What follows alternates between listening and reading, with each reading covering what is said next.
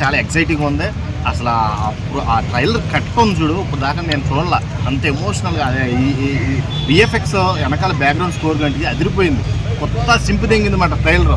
ఈ ట్రైలర్ చూసి వాగేనా కొడుకులు ఉన్నారు కదా, చెత్తనా కొడుకులు, వాళ్ళందరూ కూడా సినిమాకి వెళ్ళి చూడండి. నా కొడుకులారా మీరు మీ ఇష్టం వచ్చినట్టు మాట్లాడేస్తున్నారు, అది కరెక్ట్ కాదు. పెద్ద హీరోలను గౌరవించాలి. మన ఇండస్ట్రీకి పేరు తెచ్చే హీరోల్ని, మనకు ఆస్కార్ తెచ్చిన హీరోలలో అలాంటి వాళ్ళు మీరు ట్రోల్ చేయడం ఎంతవరకు భావ్యం కాదు. ఈరోజు హాలీవుడ్ బాలీవుడ్ భయపడుతుందంటే టాలీవుడ్ని చూసే, అర్థమవుతుందా? ఇది గుర్తుపెట్టుకుని మాట్లాడండి. ఎవడైనా సరే మాట్లాడేటప్పుడు తక్కువ చేయొద్దు, తెలుగుని ఎప్పుడు పెంచండి, ఎదిగేలా చేయండి, అర్థమవుతుందా? ఎన్టీఆర్ లాంటి యాక్టర్ మీకు దొరకడం ఈ జీవితంలో పుణ్యం చేసుకుంటే దొరుకుతారు ఇలాంటి యాక్టర్స్.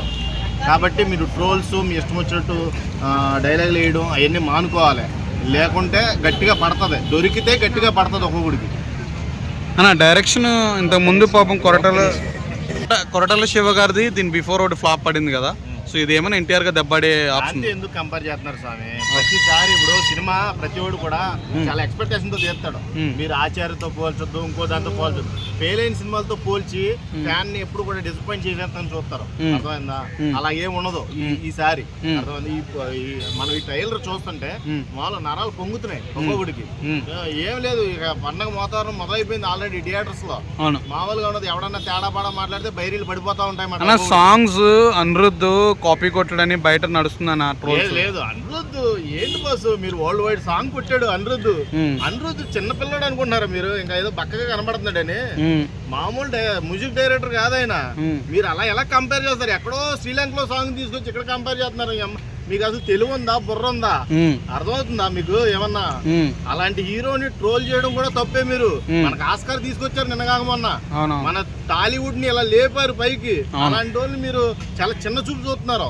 ఇది చాలా దారుణం. ఈ రోజు హాలీవుడ్ వాళ్ళు బాలీవుడ్ వాళ్ళు భయపడుతున్నారంటే దానికి కారణమే మన తెలుగు ఇండస్ట్రీ. ఇలాంటి హీరోలు ప్రముఖులు, ఇలాంటి వాళ్ళు గౌరవించుకోవాలి. మనం మీ ఇష్టం వచ్చినట్టు మాట్లాడొద్దు, కరెక్ట్ గా చూడండి, చూసి మాట్లాడండి.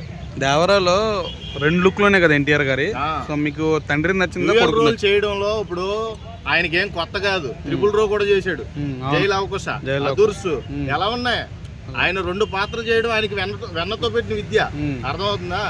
ఆ రోజుల్లో ఎన్టీఆర్, ఈ రోజుల్లో జూనియర్ ఎన్టీఆర్, సింగిల్ టేక్ ఆర్టిస్టులలో వీళ్ళని కొట్టినోడు లేడు ఇప్పుడు దాకా. ఇద్దరు క్యారెక్టర్ ఉన్నాయి కదా, అది అన్నదమ్ములు అనుకుంటున్నారా, తండ్రి కొడుకులు అనుకుంటారా? తండ్రి కొడుకులు ఖచ్చితంగా నీకు క్లియర్ కనబడుతుంది కదా స్వామి. అక్కడ తండ్రి ఏమో చాలా దేవరా, క్రూరమైన వ్యక్తి. ఆ క్యారెక్టర్ లో దేవరా. అన్న హీరోయిన్ ఎలా అనిపించింది విలేజ్ లుక్ లో? సూపర్ ఉంది అసలు. జాన్వీ కపూర్ తెల్ల దొండపండు లాగా ఉంది, మామూలుగా లేదు. ఇద్దరు పేరు నీకు ఎలా అనిపించింది? ఆ పేరు ఇప్పుడు శ్రీదేవి గారు ఆ టైంలో టాలీవుడ్ బాలీవుడ్ ని షేక్ చేసింది. ఈ రోజు నా ఫస్ట్ సినిమాతో మన దేవరాతో తీస్తుంది మన ఎన్టీఆర్ గారు. ఖచ్చితంగా ఆమెకి ఖచ్చితంగా ఒక నంది అవార్డు రావాలని నేనైతే కోరుకున్నాను నా తరపు నుంచి. ఈ సినిమా బిగ్గెస్ట్ బ్లాక్ బస్టర్ అయ్యి ఖచ్చితంగా ఆమెకి మంచి పేరు రావాలి, మంచి సినిమాలు రావాలి. ఇదే కదా నేను కోరుకునేది. ఏంటంటే శ్రీదేవి గారికి ఇచ్చిన గౌరవం అది. ఈ రోజు నా కూతురు సక్సెస్ అవ్వాలనే కదా ఎవడైనా కోరుకునేది. ఇంతకుమించి ఏం కోరుకుంటాం. థ్యాంక్ యూ అన్న. Thank you.